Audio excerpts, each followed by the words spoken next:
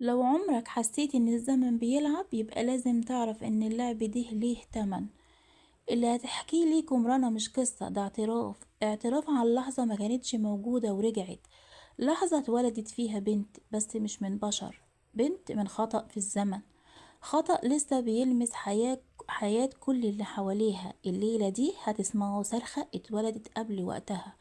الصرخة رجعت الساعة لورا وفتحت باب ما كانش المفروض يتفتح. جهز قلبك لأن اللي جاي مش رعب، ده زمن بيولد نفسه.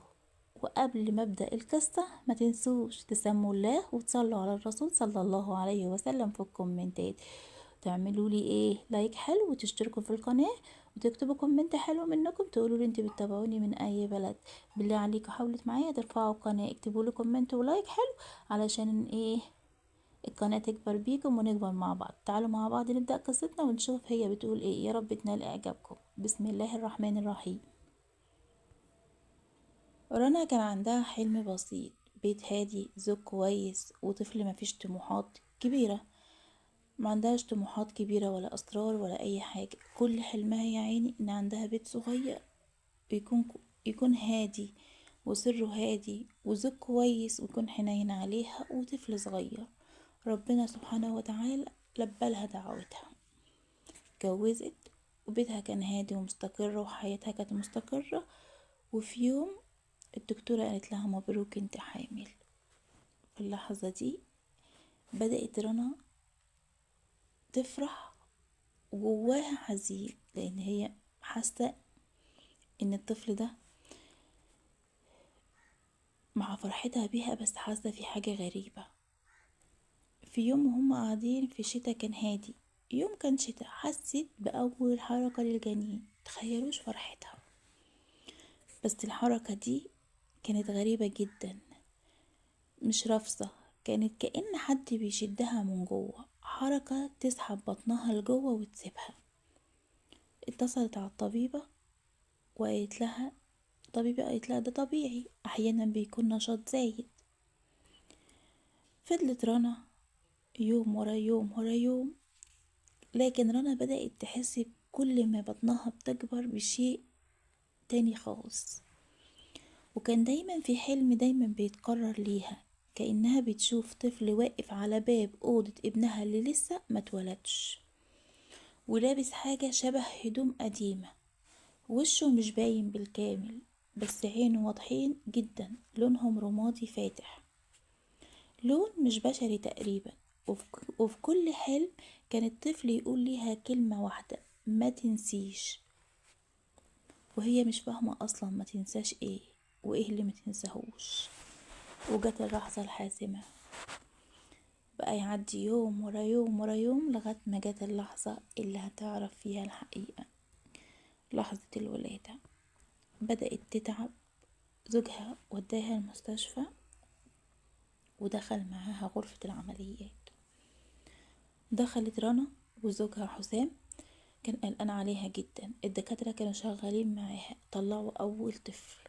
الطفل الأولاني كان جميل جدا وبصحة جيدة وكان طبيعي، لكن بعدها الممرضة صرخت، وصرختها مش عادية: الحق يا دكتور، في طفل تاني، في جنين تاني.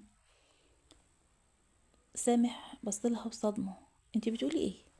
هي حامل في واحد بس مش توأم، محدش في الدكاترة كلها قالوا لنا انها حامل في توأم. الدكتور جه جري، بص بنفسه، وقف متجمد وقال بصوت مليان رعب مش طبي: الجنين ده عمره سنتين. طلع الطفل التاني أكبر في الحجم، بشرته شحبة، عينيه لونهم رمادي، واخد نفس شكل الطفل اللي كانت رنا بتشوفه في المنام. والأغرب من ده كله بقى إن الطفل ما كانش مربوط بالحبل السري، وكأنه ما كانش في بطنها أصلا. الممرضة وقعت من الصدمة مغمى عليها في الأرض. الدكتور قال بصوت متقطع: ده مش ممكن، ده مخالف لأي طب في الدنيا. الطفل التاني ما كانش بيعيط ولا حتى بيتنفس بصوت. الدكاترة أخدوه على العناية، أخدوه على الحضانة، علشان يشوفوا هو ليه معيطش زي أخوه. فعلا الممرضين أخدوهم للحضانة، وكأن الطفل ده بالذات مش محتاج حاجة من الدنيا. لما أي حد يقرب منه، الساعة في أوضة الحضانة كأنها بتقف، بالمعنى الحرفي كانت بتقف. عقارب الساعة كانت بتقف. سامح وهو واقف شاف ده بعينه وقال: أنا حاسس إن الزمن بيتقطع. والطفل كان بيبص للتوأم التاني بنظرة غريبة مليانة حزن، مش خوف مش حب، لأ، حزن. والدكاترة قالوا إن الطفلين سليمين، بس الطفل التاني أكبر من الطفل الأولاني بسنتين. إزاي؟ ما يعرفوش، ده حالة نادرة. وفي أول ليلة في البيت اتقلب. التوأم الطبيعي كان بيعيط، بس الصوت فجأة اختفى وكأن حد كتمه. رنا دخلت الأوضة ولقت الطفل الغريب واقف على السرير، واقف فعلا، رجليه ثابتة على السرير وبيمد ايده ناحية أخوه. لما قربت منهم سمعت صوت في ودنها: أنا جاي أرجع اللي اتاخد. ايه اللي انت بتقوله ده؟ قولي أنا شايفاه ده. اتجمدت مكانها. طفل لسه عنده يوم واقف على السرير. وايه أنا جاي أرجع اللي اتاخد؟ نادت على سامح: سامح. لما دخل لقاها واقفة مش قادرة تتكلم، والطفل الغريب قاعد يتفرج عليهم بنظرات مش نظرات طفل. كانت بتأكل الطفل التاني عادي. الطفل ده لا بياكل ولا يحب يشرب ولا مش عايز حاجة، كأنه مش عايز حاجة من الدنيا. كانت دايما بتستغرب ولا بيعيط. وكل يوم بيحصل كارثة عن اليوم اللي قبلها. سامح قال لها: بصي، أنا هركب كاميرات في أوضة الأطفال من الخوف عليهم. وفي الليلة اللي بعدها فعلا كان هو ركب الكاميرات. شاف على التسجيل حاجة مستحيل تحصل. الطفل الغريب كان قاعد على الأرض، ولما أخوه بدأ يعيط ظهر ورا الطفل الضوء أزرق خفيف، والوقت رجع 10 ثواني لورا حرفيا. بقى كل شوية يراجع في التسجيل يراجع في التسجيل، والعياط اختفى، والطفل العادي نام تاني، كأن الطفل الغريب بيعيد ترتيب الزمن حواليه. سامح قرر هو ورنا انه ياخد ابنهم للدكتور اللي اتولد عنده ويشوفوا ده ايه. وفعلا خدوا الطفل للدكتور اللي اتولد عنده. الدكتور اول ما شاف الطفل وشه اصفر وقال كلمة واحدة: ده مش اول واحد. رنا حضرتك قصدك ايه يا دكتور؟ الدكتور قال كان في حالة شبه كده من 4 سنين ولسه الدكتور ما كملش، وفجأة النور قطع. ولما رجع الدكتور كان اختفى من العيادة تماما. كرسي اتحرك والباب مقفول وكأن الزمن نفسه سحبه. رنا اتخضت: الدكتور راح فين؟ وسامح اتخض: انا حاسس ان ابنك خطف الدكتور وانا مش عارف ايه اللي حصل. سامح قال بصوت مكسور: رنا انا مش عارف الطفل ده خطف الدكتور ولا الزمن خطفه. رنا بدأت تبكي جامد: ابني ماله؟ قولولي ابنه مالي فيه ايه؟ فضلوا هما الاتنين يبصوا لبعض مذهولين من اللي حصل للدكتور، وهي خايفة على ابنها وقلبها مرعوب. في الليلة اللي بعدها رنا صحيت على همس. قربت من الأوضة ولقت الطفل الغريب واقف والتوأم التاني نايم جنبه. وبصوت واضح تماما الطفل الغريب قال ليها: أنا جاي من وقت أبعد، جاي أخد اللي اتاخد. رنا صرخت: سامح سامح، وندهت عليه. دخل سامح جري لقاها مرمية على الأرض. ومن يومها كل ليلة بتحصل حاجة مختلفة. مرة العيال يختفوا من سرهم تاني ويرجعوا، مرة الزمن يرجع، مرة يقدم، مرة تدخل الساعة تقف، يطلع الطفل الغريب الساعة تشتغل. مش عارفة ايه هي اللي بتحصل. ومرة لقوا الطفلين نايمين لكن نفسهم مش متزامن، كأن واحد عايش في التاني والتاني عايش بعده. ايه ده؟ كل واحد عايش في ثانية والتاني عايش بعده. ايه اللي بيحصل ده؟ انا مش عارفة. رنا فعلا بدأت تنهار. بعد الكلام اللي الطفل قاله رنا بدأت تلاحظ حاجات أغرب. كل مرة الطفل الغريب يبص للساعة في البيت الساعة تعلق، مش بس تقف، لأ، العقارب نفسها ترجع ورا كأن حد بيشدها بالعافية. وفي يوم سامح كان ماسك موبايله، بس أول ما دخل الأوضة لقى الساعة اللي فوق الموبايل بتجري لقدام بسرعة جنونية، واليوم اللي بعده الساعة ترجع 4 ساعات لورا. سامح اتجنن وقال هو احنا ببيت جزيرة معزولة ولا ايه؟ الزمن هنا مش طبيعي ليه؟ والطفل الغريب كان قاعد في سريره مبتسم، الابتسامة اللي تخوف، ابتسامة فاهم كل حاجة. في يوم محمود نزل يجيب لبن للولاد، وهو بيعدي من قدام البيت شاف حد واقف تحت العمارة، رجل طويل لابس لبس قديم جدا ولابس طاقية سودة، وبيشاور ليه بإيده إن هو ينزل ويكمل. الصوت اللي جه في ودنه قال رجع اللي اتاخد قبل ما الوقت يخلص. سامح جري بسرعة وطلع فوق وقعد يبص من الشباك، لقى مفيش حد واقف، مفيش صوت، الدنيا ساكتة تماما كأنها صفر. دخل البيت وهو بيرتعش، ولما فتح الباب لقى الطفل الغريب قاعد على الأرض وبيعمل حركة بإيده زي اللي الراجل عملها بالظبط، كأن الطفل ده كان بيقلد الراجل أو كأن الراجل ده هو نسخة أكبر من الطفل. بقى واقف مسهول مش عارف ايه اللي بيحصل. وبالليل رنا كانت نايمة وبصعوبة سمعت أصوات في أوضة الأطفال، قامت تجري وفتحت الباب وشافت أبشع حاجة في حياتها.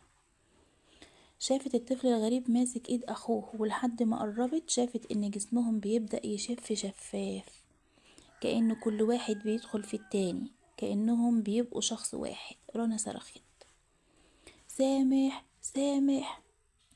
الولدين وقعوا على السرير وبقوا منفصلين تاني، لكن المرة دي أخوه الطبيعي كان عنده نفس لون العين الرمادي. والغريب إن الطفل الغريب كان مرهق جدا، كأنه فقد قوة أو طاقة. سامح قال يا رنا ابننا العادي بقى زيه. وتاني يوم الفجر محمود صحي على صوت تكسير، معلش سامح صحي على صوت تكسير. خرج من الأوضة ولقى نص المطبخ مش موجود. سامح انهار، المطبخ راح فين؟ ده مش موجود، ده مش مكسور، ده مش متشال، لا مش موجود أصلا. الأرض مكملة والحيطة مكملة، بس جزء كبير من الترابيزات والكراسي والدواليب اختفت كأنها اتقطع من الزمن. والمصيبة كاميرات الشقة سجلت اللي حصل.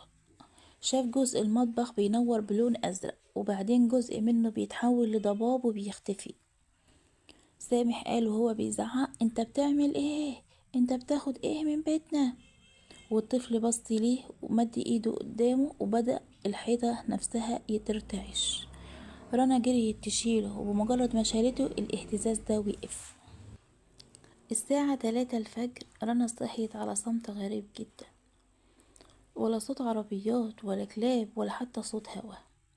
قامت تبص من الشباك ولقت الشارع متجمد، عربية واقفة نص الطريق وراجل ماسك شنطة ومتجمد في مكانه، قطة متعلقة في الهوا، كل حاجة متوقفة. سامح سامح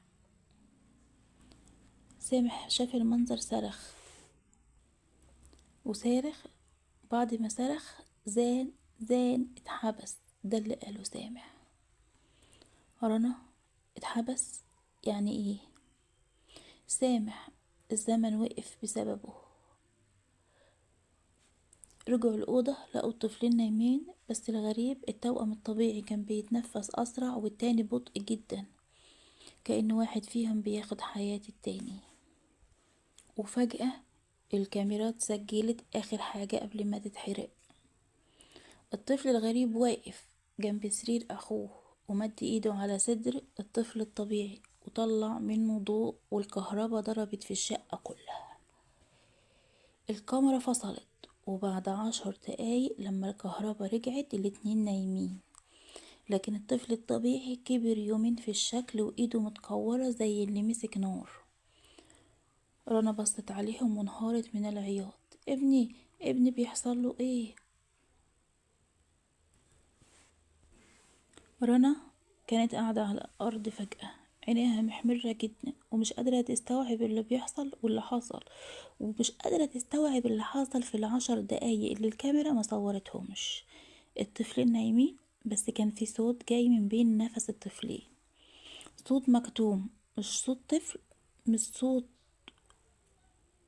حد، ولا صوت حد كبير، ولا صوت زي وش كهرباء، صوت زي وش كهرباء بس خارج من صدرهم، من صدر الطفلين. رنا قربت منهم، ومجرد ما حطت ايديها على كتف طفلها الطبيعي حست بحرارة نار جامدة جدا جدا. سحبت ايديها بسرعة، لكن فجأة الطفل الغريب فتح عينه.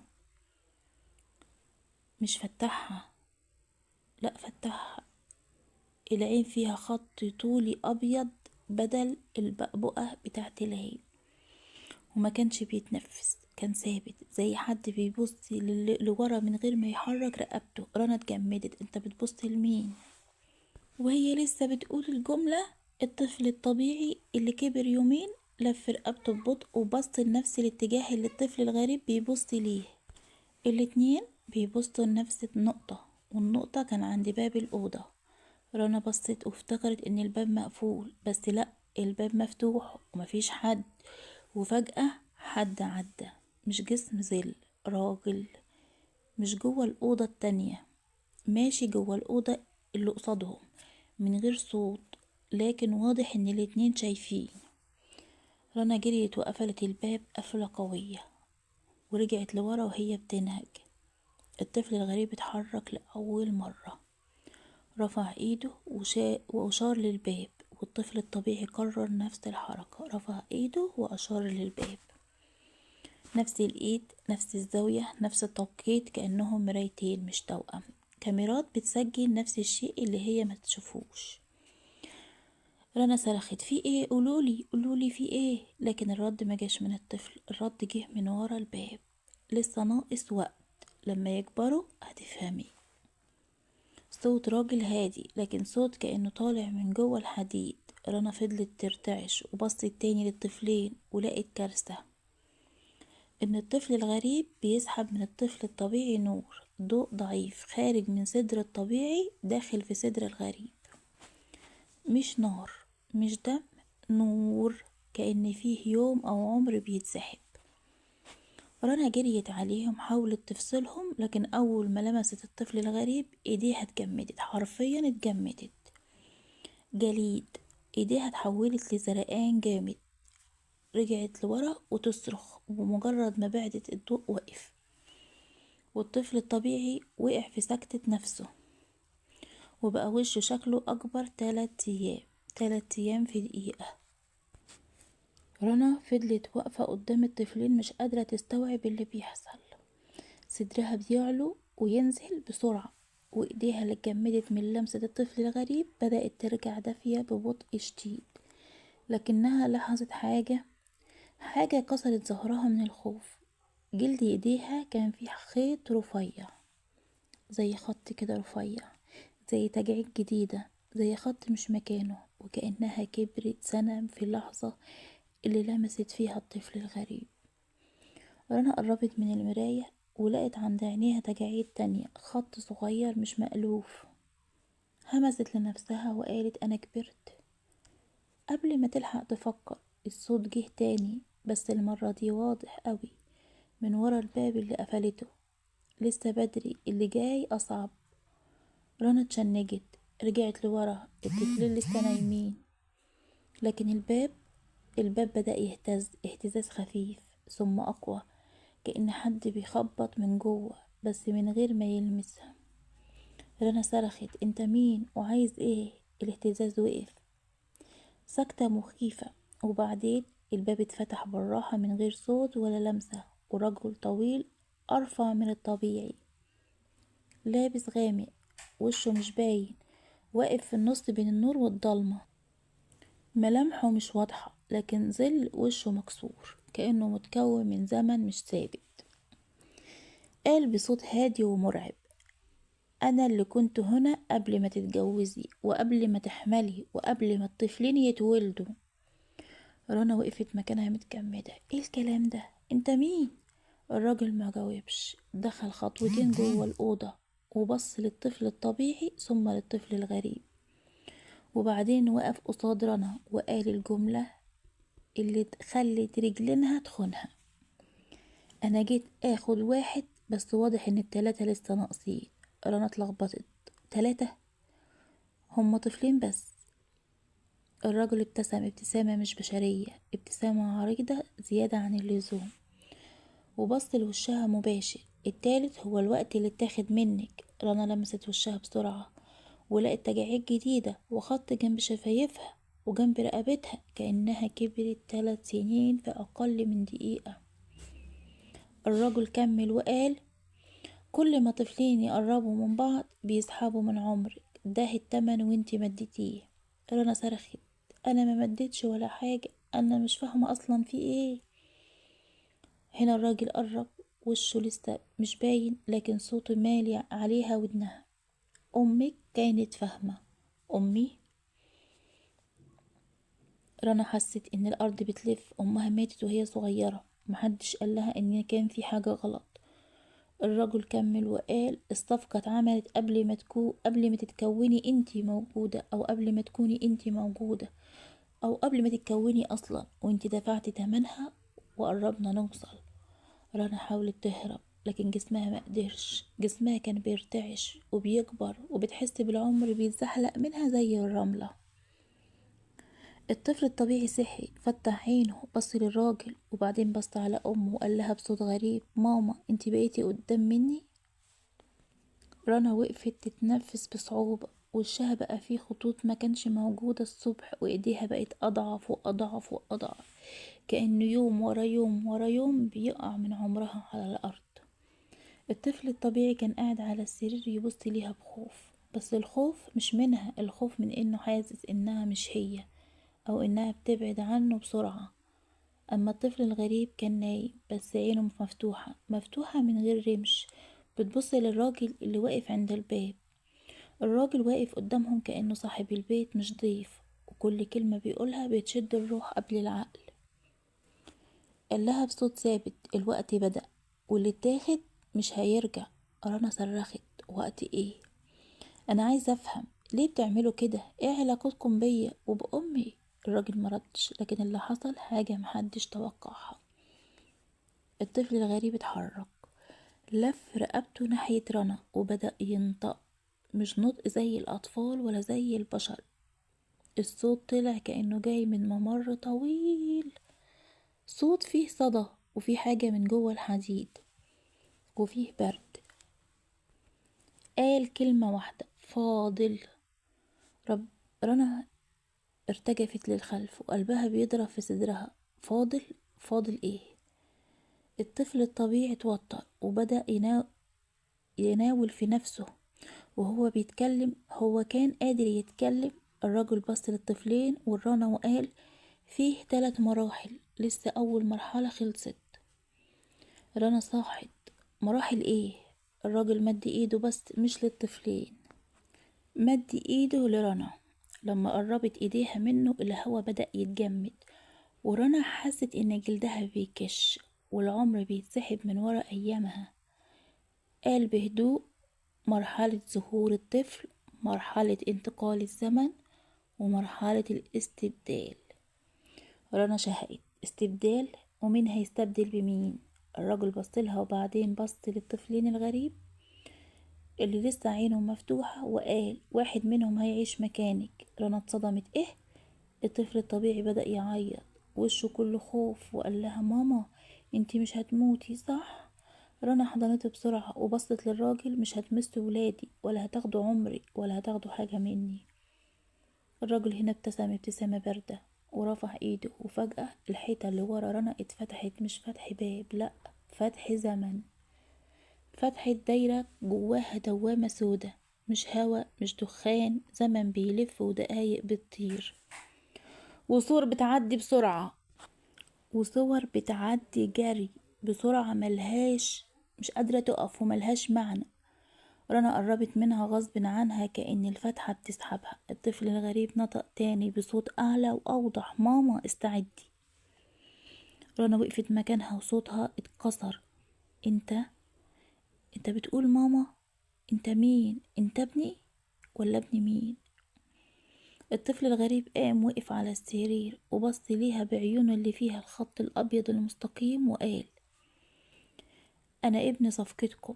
والدوامة كبرت والأوضة بقت تتحرك والوقت نفسه بدأ يتلخبط. الساعة وقفت وبعدين رجعت وبعدين وقفت، والراجل قال آخر جملة قبل ما الفصل ينتهي: المرحلة التانية بدأت.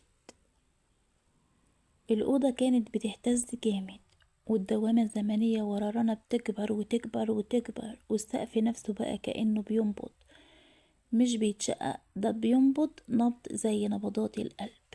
رنا مسكت ابنها الطبيعي بكل قوتها وعينيها بتدور على أي مخرج، بس الدنيا كانت بتقفل عليها، وكل ما تدور على أي مخرج الدنيا تقفل أكتر وأكتر وأكتر. الطفل الغريب كان واقف على السرير ثابت ووشه مفهوش خوف، كأنه عارف المشهد ده كويس. الراجل الغريب قال بصوت هادي: قبل ما تظهر للدنيا كان في حاجة ناقصة، أمك سدت النقص ده. رنا صارت: ايه النقص؟ أمي عملت ايه؟ أنا مالي، فهموني. الراجل مد ايده ناحية الدوامة ولمس الهوا حوالينها، وفجأة الدوامة فتحت زي شاشة، بس مش شاشة، ده ذكريات. ذكريات مش بتاعة رنا، ذكريات أمها. المنظر كان لست كبيرة لابسة فستان قديم وشعرها مفرود وقاعدة على سرير في أوضة شبه أوضة رنا، لكن الأهم كان في صندوق خشب أسود على رجليها. والأغرب إن نفس الراجل اللي واقف دلوقتي كان واقف جنبها بنفس الشكل، بنفس الطول، بنفس الظل. رنا شهقت: ده ده ده انت كنت معاها؟ الرجل قال: أمك كانت عارفة إنها مش هتعيش وكان لازم حد يكمل بدلها فوقعت. رنا صرخت: وقعت على ايه؟ الصورة في الدوامة اتغيرت وبان أمها وهي بتمسك القلم وبتبص للراجل بخوف وكتبت: أنا موافقة بس سيب بنتي. رنا حست جسمها بيتجمد. هي كانت بتحميني من ايه؟ الراجل بص على الطفلين وقال الجملة اللي كسرت قلبها: من طفل تالت كان لازم يتولد. الطفل الطبيعي قعد يعيط: أخويا أخويا. والطفل الغريب بص للطفل الطبيعي وبصوت واضح لأول مرة قال: أنا هو اللي متولدش. رنا دماغها اتشلت: انت أصلا كنت المفروض تبقى ابني. والطفل الغريب عمل حركة بسيطة، راسه مالت، مش بنعم ولا لأ، بحركة عارف الحقيقة بس مش عايز يشرحها. الدوامة زادت والذكريات كملت، أما رنا بتبكي والراجل بيقول ليها: المولود التالت يوم يولد الزمن يوم هيتعدل. لما المولود التالت هيتولد الزمن هيتعدل، بس لو اتمنع الزمن هيتحرك ناحية أقرب بديل. الذكريات اختفت فجأة والدوامة قفلت والأوضة وقعت في صمت مرعب. رنا همست: أقرب بديل. الرجل لف وشه عليها: انتي. رنا اتلجمت: يعني ايه انا كنت بديل؟ الرجل قال: عشان كده الزمن بدأ ياكل منك، انتي مش ام الطفلين، انتي كنت مكان حد تاني. الطفل الغريب بص ليها وقرب بخطوة وبنفس نبرة الصوت اللي بتكسر النفس قال: مكاني أنا. الأرض اتحركت والنور اتشق والشبابيك اتفتحت من غير هوا، وكأن الزمن بيدخل الشق زحف.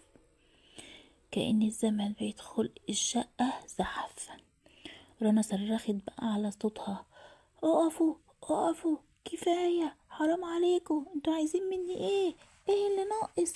فهموني، انا مش فاهمة حاجة. الراجل بصلها وبعدين بص للطفلين وقال: اللي ناقص هو الاختيار.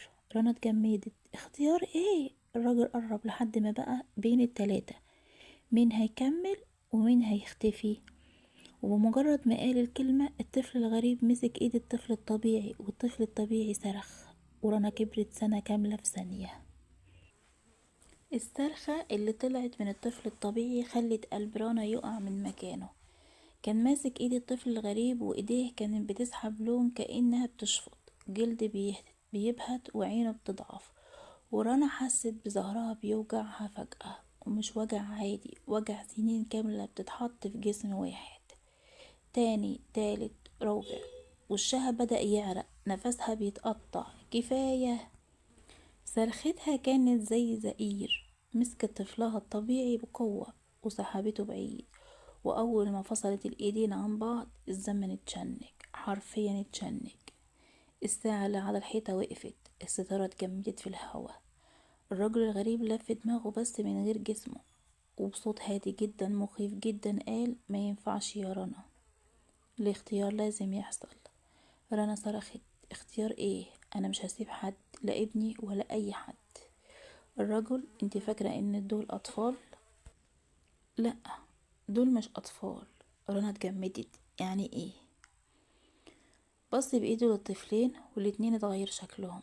الطفل الطبيعي كبر 3 سنين قدام، عينيها في دقيقتين، جسمه طول، صوته اتخشن، بس عينه كانت بتبكي زي طفل لسه مولود. الطفل الغريب ابتدت ملامحه تترسم اكتر، بقى شبهها هي، مش شبه سامح، مش شبه طفل، شبه نسخة ناقصة منها. رنا شهقت: ايه ده؟ ده انا. ليه شكله بيقرب مني؟ الرجل الغريب ابتسم، وابتسامة من اللي بتضرب الروح. اصل الطفل ده مش طفل، ده العمر اللي اتشال منك يوم ما اتولدتي، العمر اللي امك دفعت تمنه. رنا دمعت: انا انا مفهمش، انت كنت، انا كنت ايه؟ انا مش فاهمه حاجه. الرجل رفع الصندوق الاسود اللي ظهر فجأة من الدوامة، والصندوق اللي شافته في ذكرى امها، فتحه، ومن جوه طلع ريحة موت، وريحة حاجة قديمة، وريحة غياب. ولما فتحه رنا شهقت. رنا شافت صورتها وهي متصورة قبل ما تتولد أصلا، صورتها، شكلها، نفسها، لكن في التاريخ اللي امها ماتت فيه. رنا شهقت جامد. انا كنت موجودة ازاي؟ الرجل: انت ما كنتيش موجودة، انت ناقصة، نصك مش من الزمن الطبيعي، نصك من الصفقة. الطفل الغريب قرب منها، ولأول مرة مسك طرف فستانها، وقال بصوت طفل بس مكسور: انا نصك التاني. رنا اترجعت لورا: انا مش فاهمة، انا مش نصين، انا انسانة. الراجل هز راسه: بس الزمن مش شايفك كده، الزمن شايفك خيار ناقص لازم يتكمل. وأشار للطفلين، ولما أشار للطفلين: يا الطفل الطبيعي يكمل، يا الطفل الناقص يكمل، يا إما انتي. رنا صوتها اتقطع: يعني حد فينا لازم يختفي؟ الرجل قال لها: مش يختفي، يرجع، يرجع لزمنه، يرجع للفراغ اللي جه منه. الدنيا اتشقلبت، الحوائط اتفتحت زي الورق، والدوامة رجعت أكبر من الأول، وصوت الزمن نفسه بقى زي صريخ حد بيتولد من جديد. والطفل الطبيعي بكى: ماما أنا مش عايز أرجع، قولي إنك هتنقذيني، قولي يا ماما. والطفل الغريب بصلها، عينه سودة لكن بيترجى: ماما رجعيني، أنا مش هو. ورنا اتكتمت نفسها، ايديها بتترعش ودموعها بتقع، ولأول مرة حست ان الزمن بيتفرج عليها وبيستعجل جوابها. الرجل قال الجملة اللي قتلت السكون: اختاري، اختاري دلوقتي يا رنا. والدوامة فتحت، وبقت مستعدة تبلع واحد منهم أو تبلعها هي. رنا وقفت قدام الدوامة، الهوا حواليها بقى تقيل تقيل لدرجة ان نفسها بقى بيخش بالعافية. والطفل الطبيعي ماسك فستانها من تحت وعينه بتترجى، والطفل الغريب واقف ثابت بس جسمه بيهتز كأنه هيموت لو اتأخر ثانية. والرجل الغريب واقف بينهم، عينه ما بترمش، مستني. صوت الزمن نفسه بقى واضح، زي تكتكة، زي نبض، زي حد بيعد: 1، 2، 3. الدوامة قربت متر كامل من رنا، حرفيا راحت لحد رجليها. رنا صرخت: استنى، اديني وقت. الراجل قال لها: الوقت خلص، الصفقة اتعملت قبل ما تتولدي، انت بس اللي متأخرة. رنا دموعها نزلت: انا مش هختار حد يموت. الراجل بصوت هادي تقيل من اللي يكسر الروح: محدش بيموت، هما بيرجعوا لمكانهم. رنا: بس انا مش هفقد ابني. الراجل: مين فيهم؟ السؤال وقع عليها زي السكينة. الطفل الطبيعي؟ ماما انا ابنك. والطفل الغريب؟ وانا نصك. الدوامة فجأة اتفتحت اكتر وبقت عاملة زيها زي بق اسود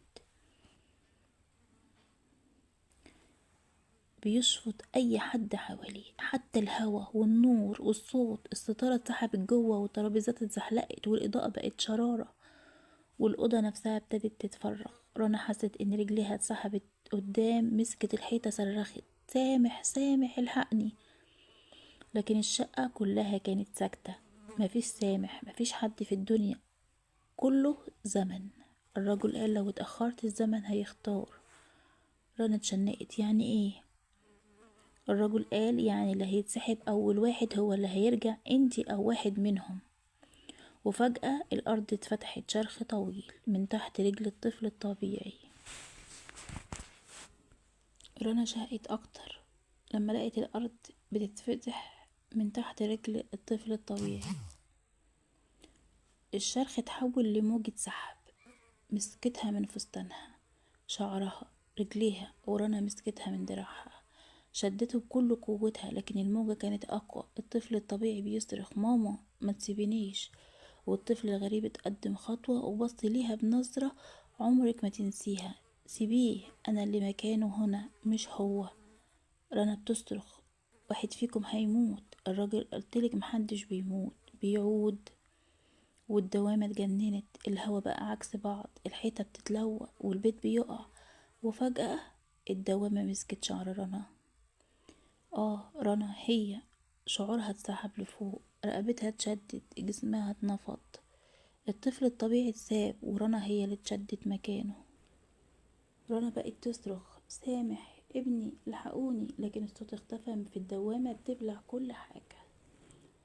الراجل بص ليها وقال الجملة اللي قتلتها: واضح يا رنا ان الزمن اختار. وبمجرد ما قالها رنا اتسحبت نص متر لجوه.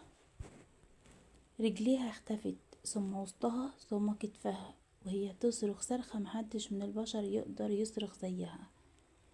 الطفل الطبيعي حاول يمسكها لكن نزل على الأرض من قوة السحب. الطفل الغريب بس واقف بيتفرج، لحد ما رنا بصت ليه آخر بصة في حياتها وبصوت مقطوع قالت: انت كنت ابني. وغمضت عينيها والدوامة اتقفلت زي باب بيتقفل على حياة كاملة. وسقط هدوء، هدوء مرعب عميق تقدر تسمع فيه أنفاس الزمن نفسه. الراجل اختفى والطفلين وقفوا لوحدهم في نص الأوضة والبيت كله بقى ميت. فجأة الطفل الغريب بص للباب وبصوت مش صوت طفل، كأنه صوت رنا نفسها: جاي دوري، جه دوري، جه دوري. وفضلت تردد نفس الكلمة. الدوامة قفلت بس رنا مختفتش، لأ، هي صحيت في مكان تاني، مكان مفهوش زمن، كأني واقفة على أرض مش أرض، لونها رمادي غامق زي الرماد بعد ما تتنفخ فيه. الهوا ساكن بس بارد، بارد لدرجة ان عظمها وجعها. رنا بصت حواليها، مفيش سقف، مفيش حيطة، مفيش باب، في فراغ بس مش فاضي. الفراغ نفسه واقف كأنه كيان. رنا همست: انا فين؟ صوت جه من وراها ناعم سخيف، مش صوت بشر. اخيرا رجعتي. رنا لفت بسرعة لكن ملقتش حد. الصوت جه مرة تانية: خدتي وقتك يا رنا. رنا قلبها وقع. مين بيتكلم؟ احنا. رنا صرخت: احنا مين؟ وفي اللحظة دي الفراغ ابتدى ياخد شكل، او حاجة اتكونت، كانت وشوش رمادي منقوشة في الهوا، كأن الزمن نفسه بيولدهم. وش الست كبيرة، وش الطفل، وش الراجل، وش مش كامل، عيون موجودة، بأقلام مش موجودة، كلها بصة واحدة. اهو رجعت. احدهما قالت كنا مستنيين اللحظة دي. رنا خطوتين لورا. انا مش فاهمة انا فين. الصوت اللي جه من ورا الارض قال انت في بين. رنا قالت لهم ايه بين دي؟ الصوت بين كل زمن وكل وقت كل اختيار، ده المكان اللي انت اتولدت منه. رنا اتجمدت. اتولدت انا من هنا. وش منهم اتقدم قدامها، وش ست عجوزة بس ملامحها شبه امها. رنا شهقت. ماما. الوش ابتسم ابتسامة خفيفة، مش ابتسامة ابتسامة حد فاكر حد ناسي. انا مش امك، بس امك كانت زينا، كانت بين. رنا دمعت ودماغها بدأت تلف. امي كانت جزء من ده. يعني ايه مش بشر؟ الست انتي بشر، نصك لينا ونصك ليهم. رنا اتنفضت. ليه؟ انا عملت ايه؟ الست قالت جملة خلت دمها يجمد. انتي اتخلقتي غلط. يوم صفقة امك انكتب ان الزمن لازم ياخد مقابل. كان المفروض ابن تالت يتولد، بس امك رفضت فبدلك. اتسحبت سنين من حياتها وانتي بقيتي ناقصة. رنا دمعت. انا ناقصة. الصوت الرئيسي قال ونقصك لازم يتسدد بدل الطفل اللي ما اتولدش، وده هو الطفل الغريب. رنا بصوت مكسور. يبقى هو مش شرير. الصوت لأ، هو الجزء اللي ناقص من عمرك، وانتي الجزء الناقص منه. القعدة كلها اتغيرت. الفراغ لف حوالين رنا، والوشوش قربت قوي قوي لدرجة انها سمعت النفس جواهم. واحد فيهم قال احنا هنكملك. رنا اترجعت لورا. لا انا عايزة ارجع لابني. الصوت مين فيهم؟ اللي منك ولا اللي من الزمن؟ رنا اتشنقت. ايه اللي اللي محتاجني؟ الصوت ضحكة ما كانتش ضحكة، كانت صدى. ألف صوت مع بعض. الاتنين محتاجينك، عشان كده لازم نرجعك ليهم متكاملة. رنا يعني ايه؟ فجأة حد مسك ايديها. ايد باردة جدا رفيعة قريبة جدا، ولما بصت كان الطفل الغريب واقف جنبها في بين بشكل أوضح أعمق، وعينه كلها لون واحد، لون الزمن. وقال ليها بصوت هادي جدا تعالي نرجع مع بعض. ورنا حست رجليها بتختفي وبتتحول لرماد بطيء لكن ثابت، وبدأت تتسحب ناحيته بطريقة مش ممكن بشر يوقفها.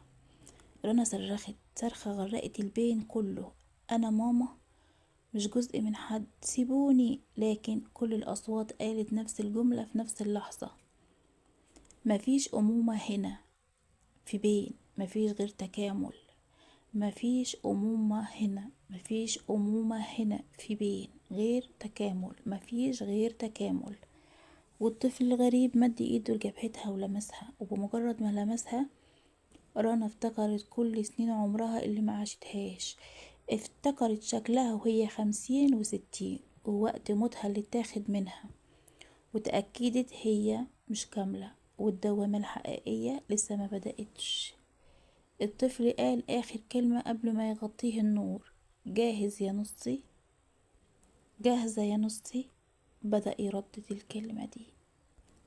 الدوامة كانت لسه مفتوحة، بس مش واسعة زي قبل كده. كانت عاملة زي جرح في الهواء يطلع منه نور باهت.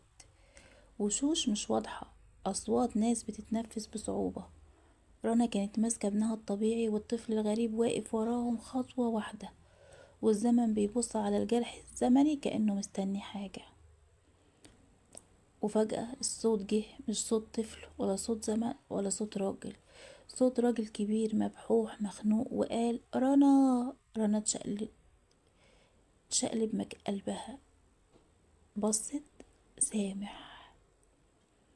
الجرح الزمن اتسع، ومنه خرج ايد راجل رفيعة وتعبانة وملهاش خدوش، مليانة خدوش كأنها عدت بين حاجات بتشدها.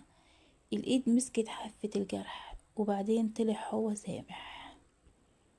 بس مش سامح اللي خرج من الشقة من شهرين، ده سامح اللي شكله بقى وشه أبيض أكتر من الطبيعي.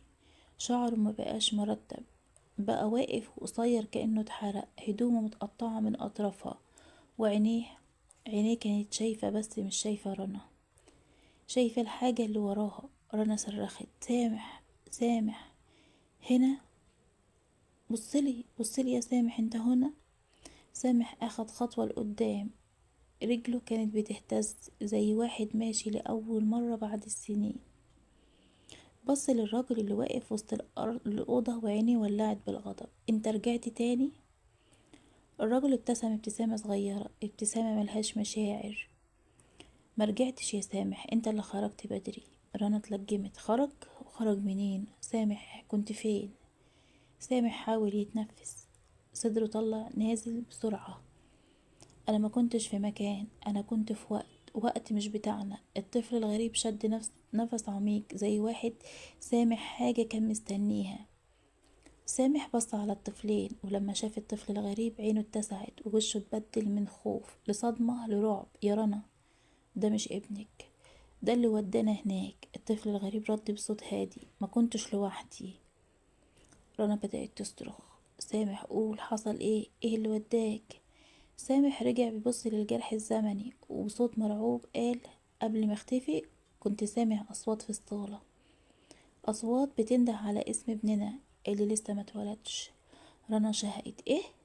سامح لف عليها بسرعة، ووشه بقى شبه واحد شافه النهاية. رنا، ولد تالت كان لازم يجي، ولو ما جاش الزمن بيفتح وبياخد بديل.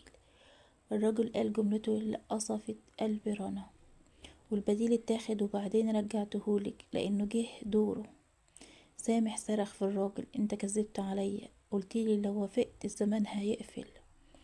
الراجل ده قفل بس على وقت مؤقت، لكن ما رنا تختار. لحد ما رنا تختار. الوقت قفل لحد ما رنا مراتك هي اللي تختار. ورنا قالت وهي مش قادرة تاخد نفسها: اختار ايه؟ سامح بص ليها ولأول مرة صوت اتكسر: يا رنا، الزمن مش عايز طفل واحد ولا اتنين، هو عاوز اللي اتمنع، واحنا لازم نرجعه. الطفل الغريب ابتسم ابتسامة صغيرة، ابتسامة مرعبة: كنت فاكرني مش هعرف ارجع؟ النور في الشقة اتغير، الهوا بقى ابرد، السقف بقى يتهز. سامح قرب من رنا ومسك ايديها بقوة: رنا، اسمعيني كويس يا رنا، انا شفت كل حاجة جوه الجرح ده، عرفت الحقيقة، والطفل الغريب مش عايز يقتل ابننا. رنا ارتجفت: طب عايز ايه؟ سامح بلع ريقه: هو عايز يكمل اللي ناقص. وصفحة من الدوامة اتفتحت وراهم، والطفل الغريب قال: وحان وقتها. النور اللي في الأوضة انقلب فجأة نور أزرق غامق، مش نور كهرباء، ده نور الزمن، النوع اللي يخلي نفسك يتقل يتقل يتقل، ويخلي ودنك تسمع حاجات مش موجودة. سامح وقف قدام رنا كأنه بيحاول يحجب عنها اللي جاي، بس ملامحه كانت بتقول إن نفسه خايف، إن هو نفسه خايف، خايف قوي. الطفل الغريب رفع ايده، ومجرد ما رفعها الأوضة كلها اتجمدت، مش بمعنى الهدوء، لا، اتجمدت حرفيا. الساعة وقفت، الستارة وقفت في نص الهوا، الأنفاس نفسها بقت بطيئة، كأن الزمن مش راضي يكمل. رنا قالت بصوت مكسور: انت بتعمل ايه؟ الطفل الغريب بص ليها بعينيه الواسعة اللي ما فيهاش لمعة: بكمل اللي اتمنع. سامح صرخ: وقف، انت مش فاهم، لو عملت كده الزمن هيتشق واحنا. الطفل الغريب قطعه: احنا اصلا ما كانش هنا، احنا اصلا ما كناش هنا. الكلمة دي نزلت على قلب رنا زي الطلقة، رجليها رخت وعينيها دمعت غصب عنها. رنا همست: يعني ايه احنا غلط؟ احنا بديل؟ الطفل الغريب خط خطوة واحدة، وكل خطوة يعملها الأرض تتشق في الهواء وينزل منها رماد أسود، رماد مش بتاع نار، رماد ذكريات. سامح مسك رنا. اسمعيني يا رنا، في حاجة فهمتها جوه الدوامة الحقيقة مش زي ما هو فاكر. الطفل الغريب بص ليه بحدة. انت شفت اللي احنا وريناك، مش الحقيقة الكاملة. سامح قال له انت عايز ايه؟ قال له انا عايز اقولك اللي احنا وريناهولك انت اللي شفته. عايزين نوريه بس، لكن انت ما شفتش الحقيقة كاملة. سامح قال له بصوت كله وجع، انا شفت ان ام رنا ما وافقتش على الصفقة. رنا شهقت. يعني ايه؟ الرجل الكبير اللي واقف جنب الجدار اتجمد للحظة كأنه اتفاجئ. سامح كمل. ايوه يا رنا، امك وقعت، بس بعد ما وقعت كتبت كلمة صغيرة في اخر الورقة، كلمة محدش شافها. رنا صوتها اتقطع. ك... كتبت كتبت ايه؟ سامح بص في عينيها. كتبت بديل غير حي. رنا اتلجمت. الطفل الغريب رجع نص خطوة رجع نص خطوة. الدوامة ارتجفت. سامح كمل وهو بيرتعش. يعني البديل ما كانش حد مننا، ما كانش طفل، ما كانش ولد، ما كانش إنسان أصلا. هي ضحت بشيء بس مش بحد. الراجل صرخ كذاب كذاب كذاب. مفيش حد يقدر يغير الصفقة. سامح رد. أم رنا قدرت. كتبت كلمة واحدة كسرت الاتفاق. الطفل الغريب وشه اتبدل لأول مرة، بقى فيه خوف. لو الصفقة اتكسرت يبقى أنا. رنا قالت بصوت عالي، يبقى أنت مش بديل ولا طفل ناقص ولا زمن ضايع. أنت وهم اتولد من الخوف. الدوامة بدأت تضيق والجدران بدأت ترجع. الهوا بدأ يدفأ. الطفل الغريب اتراجع أكتر.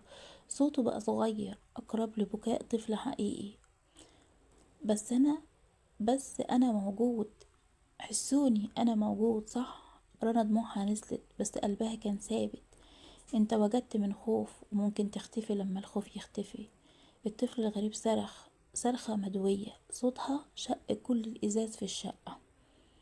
الأوضة اتفتحت. نور أبيض، نور كاسح، وكل حاجة اختفت. النور الأبيض اختفى فجأة والشقة كلها بقت سايحة في ضلمة رمادي. مش ضلمة عادية، ضلمة من اللي تحسي فيها إن الهوا واقف وإن الدنيا مش ليل لكن ما بين. رنا لقت نفسها واقفة في نص أوضة فاضية، مفيش سرير، مفيش شبابيك، مفيش سامح. بس كان في صوت خطوات صغيرة بتقرب وبتقرب. وبعدين ظهر الطفل الغريب. لكن المرة دي ما كانش ثابت زي الأول. جسمه كان بيهتز، وشه مش ثابت، كأن ملامحه بتتغير كل ثانية. رنا قربت خطوة وخايفة تتنفس. انت مالك؟ الطفل رد بصوت متقطع كأنه بيحاول يمسك نفسه. أنا ما بقتش عارف أكون إيه، أختفي ولا أعيش. الضلمة حواليه بدأت تتحول، تعمل أشكال زي ذكريات مش كاملة، مشاهد قصيرة، حاجات مش بتاعت رنا ولا سامح ولا حد. مشاهد لبيوت مختلفة، لغرف ولادة، لباب بيت قديم، لبحر، لجبل، لكائنات، لناس بتعيط وناس بتضحك. كأن الطفل ده مش طفل واحد، ده بقايا كل خوف حصل في الزمن. رنا اتجمدت. الصوت اللي طلع من الطفل كان أعمق من عمره. أنا اتولدت من الخوف البشر، ومادام الخوف موجود أنا موجود. رنا بصوت ثابت رغم رجفها قالت، لكن وجودك يا ابني غلط. انت أخدت مكان حد ووقفت الزمن وخوفتنا، ومش من حقك تكمل كده. الطفل عينيه وسعت ونبرة صوته اتحولت. انا كنت بس بدور على مكان اكون فيه، حد يقولي اني ابنه. الجملة دي وقفت قلب رنا بجد، وقفت قلبها بمعنى الكلمة. كأن طفل صغير يا عيني بيترجاها. بس الضلمة بدأت تنتفخ وراها وبتتكور وبتاخد شكل أبواب بتتفتح، باب ورا باب ورا باب. أبواب لزمن مش لأماكن. وسمعوا صوت الراجل اللي كان مع أم رنا جاي من خلف الأبواب.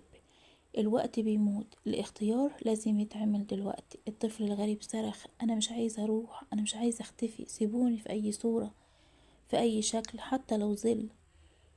الضلمة وراه بدأت تشده. رجلين صغيرة بتتزحلق على الأرض وإيديه بتتخربش في الهواء وهو بيبكي بطريقة تخوف وتشفق في نفس الوقت. ما تسيبينيش يا ماما. الكلمة كسرت قلب رنا، كسرت من جواها. لكنها قالت بصوت مش ثابت، أنا مش أمك، بس ممكن أساعدك تمشي بسلام.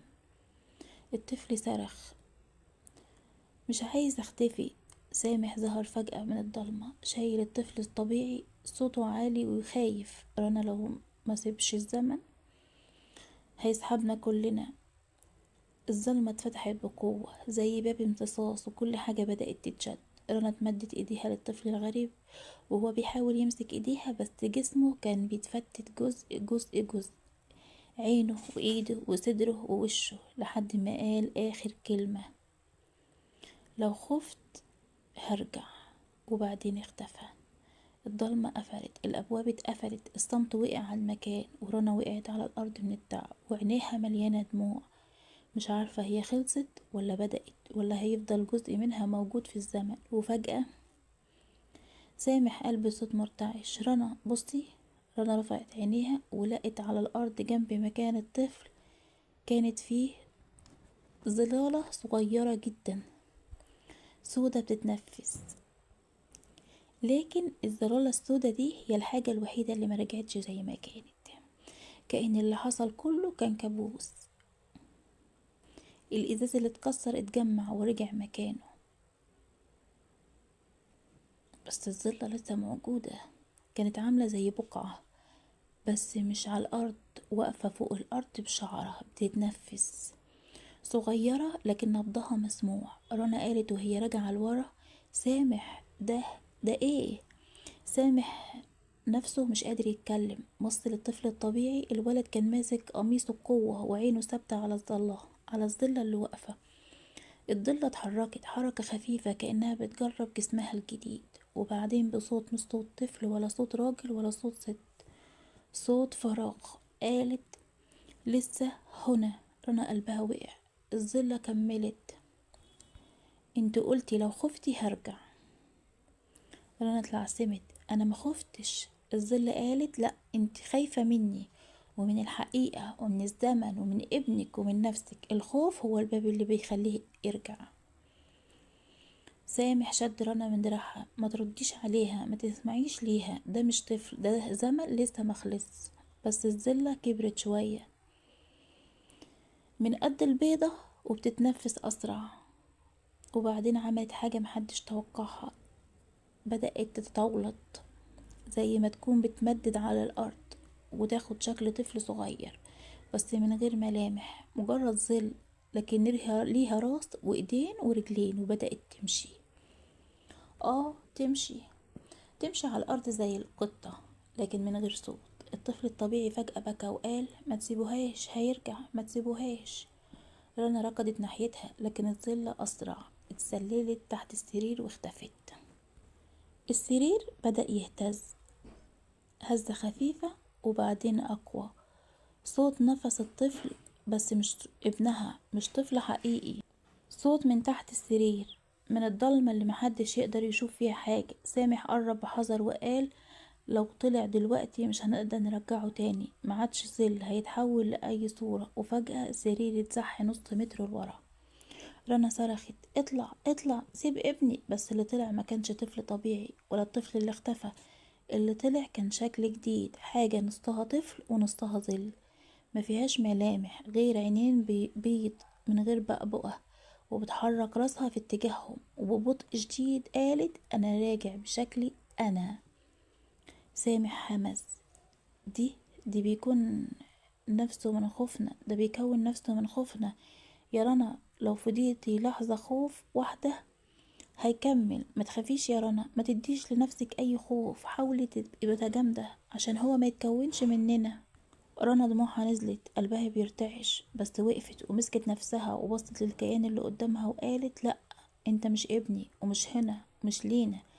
الكيان اتشنج، جسمه اتقطع خطوات، حاول يمد ايده عليها لكن فجأة ظهر باب خشب قديم مش موجود في الشقة أصلا. الباب اتشق من النص والنور الأزرق خرج منه، والراجل اللي كان في كل الفصول ظهر، لكن المرة دي كان مكسور، ملامحه مش ثابتة، وماسك الصندوق الأسود، وقال بصوت متقطع: لسه الصفقة ما خلصتش. والظل اتلفت له ببطء شديد.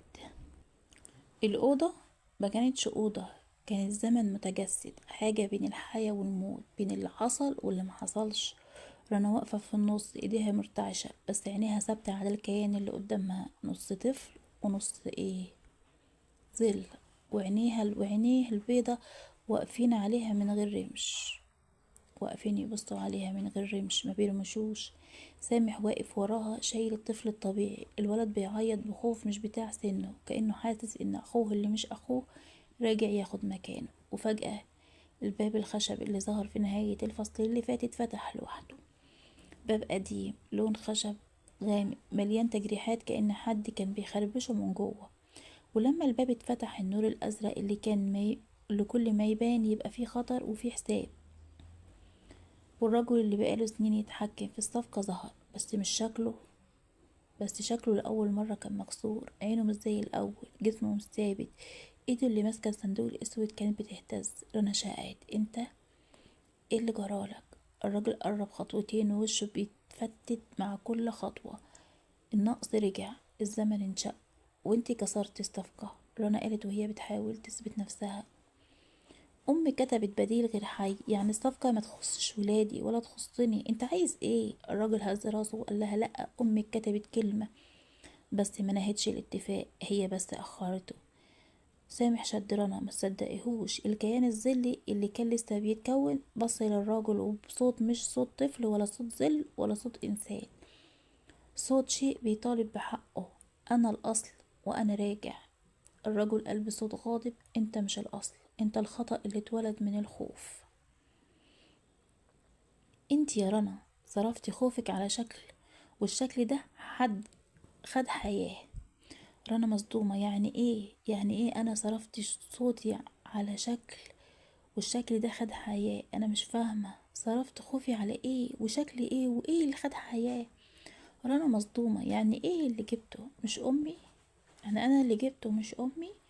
الراجل: امك دفعت اول خطوة، بس انتي بخوفك بمرور السنين بالاحلام اللي كنتي بتهربي منها، بكل مرة خفتي على ابنك كل ده غزاه. رنا بدأت ترتعش: يبقى هو ابني؟ الكيان بص ليها وملامحه الظليلة اتجمدت للحظة. كنت تبقي أمه لو كنت قبلت بيه، لكن دلوقتي أنا خدت شكل الخوف مش شكل ابن. سامح صرخ: عايز ايه؟ الرجل أشار للصندوق الأسود: نرجع الزمن لليوم اللي اتولدت فيه رنا، ونلغي كل حاجة، كل الصفقة، كل الأطفال، كل اللي حصل. رنا اتجمدت، صوتها واطي: يعني ايه ابني الحقيقي؟ الرجل قال من غير رحمة: هيختفي، لأن وجوده جزء من خطة الزمن اللي اتشوه. رنا صرخت: لأ. الكيان الظلي ضحك ضحكة مخيفة، ضحكة مش بشرية: شايف الخوف راجع وانا بكبر. جسمه فعلا بدأ يكبر، الظل يتمدد ياخد حجم طفل 7 سنين، وبعدين 10، وبعدين. سامح بدأ يصرخ: رنا لازم نختار، يا الزمن يرجع يا هو يكمل. رنا بصوت محروق: بس ابني. الرجل: الاختيار ليكي، والصفقة لازم تتقفل، يا يرجع الزمن زي ما كان، يا الطفل ده ياخد مكانه ويبقى هو الكائن الوحيد اللي الزمن معترف بيه. الكيان قرب وصوته بقى أعمق: لو رجعتي الزمن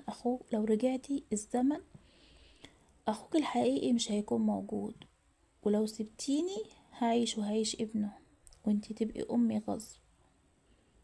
قالت له: عيد تاني كده.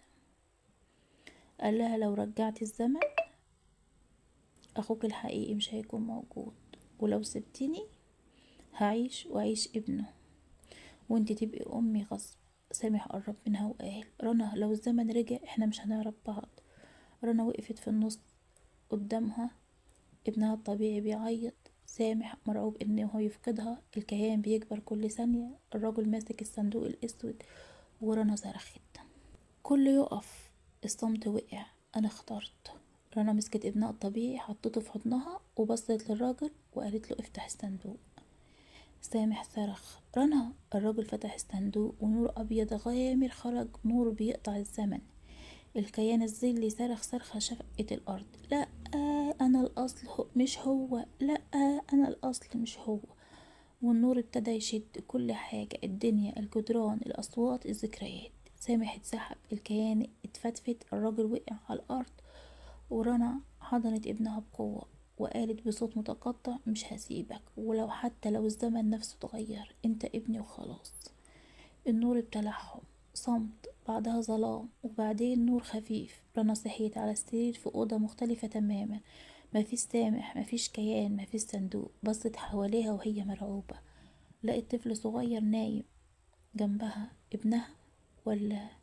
قربت منه وبصت في وشه طبيعي مفهوش أثر، لكن لما فتحت له عينه كانت عين واحدة لونها عادي والتانية لونها أزرق. كانت عين واحدة لونها عادي والتانية لونها أزرق. رنا شهقت والطفل فتح بقه وقال ماما هو رجع. النور اتقطع والشاشة اسودت، وفجأة النور الأبيض كان بيطول وبيتمدد من تاني وكأنه بياكل الدنيا حوالين رنا. وفجأة ظهر سامح. مفيش أوضة، مفيش جدران، مفيش زمن أصلا، كل حاجة اتحولت لمكان واحد بس، مساحة بين الوجود والعدم. رنا فتحت عينيها بالعافية ولقيت نفسها واقفة في أرض شبه مراية، بس المرايات مش بتعكس شكلها، كانت بتعكس حاجات تانية، ذكريات، صرخات، لحظات خوف، حاجات ما عاشتهاش. سامح ظهر جنبها فجأة، مش بيمشي، كأنه اتسحب للمكان ده. قال بصوت واطي جدا احنا في المكان اللي بيتحدد فيه الوجود. قبل ما رنا ترد ظهر هو الطفل الغريب، بس مش زي الأول. كان واقف في وسط نور أبيض، ايده ملمسهاش الأرض، ووشه فيه حاجة جديدة. أول مرة يبقى عنده تردد بس الرنا والسامح، وبعدين للطفل الحقيقي اللي نايم في حضن الزمن، كأن محمي بطبقة من نور. وقال بصوت مش ثابت انتي قلتي اني وهم، بس انا حاسس اني عايز اعيش. رنا قربت خطوة بس الارض نفسها هزتها، كأن المكان مش قابل ان حد يقترب منه. قالت وهي بتحاول تمسك صوتها لو كنت موجود علشان الخوف ده بيخلص، والخوف لما يخلص انت لازم تختار. الطفل الغريب بص حواليها والنور الابيض بقى يلمع اكتر، اتفتحت دوامات صغيرة، كل دوامة فيها نسخة منه، نسخة تبكي، نسخة غضبانة، نسخة ظل، ونسخة من غير ملامح خالص. سامح قال الدوامات دي خياراتك. الطفل الغريب سألهم زي طفل فعلا، ولو اخترت هعيش عندكم ولا هكون حاجة تانية؟ رنا قلبها وجعها، أول مرة تحس ان الطفل بجد مش كيان. قالت له تعيش يعني تبقى جزء من زمن مش بتاعك، وده هيمزق الدنيا كلها يا ابني. سامح حس ان الجملة دي كسرته، مد ايده ناحية الطفل الغريب بعد ما كان هو اللي بيقول لرنا لأ. بس بتختفي يعني هتبقى فراغ، مش ألم، مش خوف، فراغ مريح. الطفل قرب خطوة والأول مرة رجله لمست الأرض، والأرض نفسها عملت دايرة نور تحت رجله. ورنا همست. الطفل بص لنفسه وبدأ جسمه يبقى أتقل وأتقل وأتقل، ولونه يتحول للون البشري، وقلبه لأول مرة يعمل نبضة. النور اهتز، الدوامات اتجننت، وصوت جه من فوق، وصوت الرجل القديم اللي احنا افتكرناه اختفى. لو اتجسد الصفقة هترجع والزمن هيتربط من جديد، وحد لازم يختفي مكانه. رنا اتشدت قدامه. مين؟ الراجل بص ليها برعب هادي. انتي، علشان نصيبك من الزمن مش بتاعك. الطفل الغريب اتلف بسرعة، بص لرنا وبعدين سامح وبعدين لنفسه. صوته اتغير، بقى صوت طفل بجد مش كيان. انا مش عايزها تختفي ومش عايز اخد مكان حد. رنا دمعت. طب اختار. الدوامات كلها فتحت مرة واحدة، صوت انفجار نور هز المكان.